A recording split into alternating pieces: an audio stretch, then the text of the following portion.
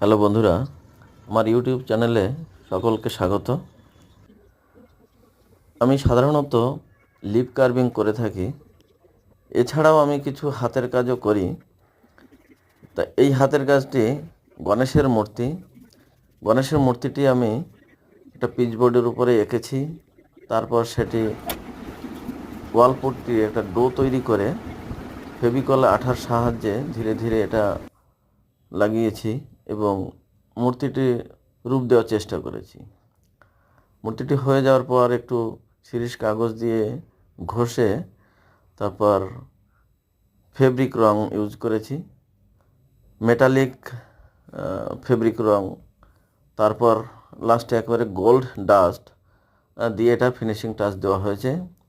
যদি এটি ভালো লাগে তাহলে অবশ্যই চ্যানেলটিকে সাবস্ক্রাইব, লাইক, কমেন্ট, শেয়ার করবেন। ধন্যবাদ সকলকে।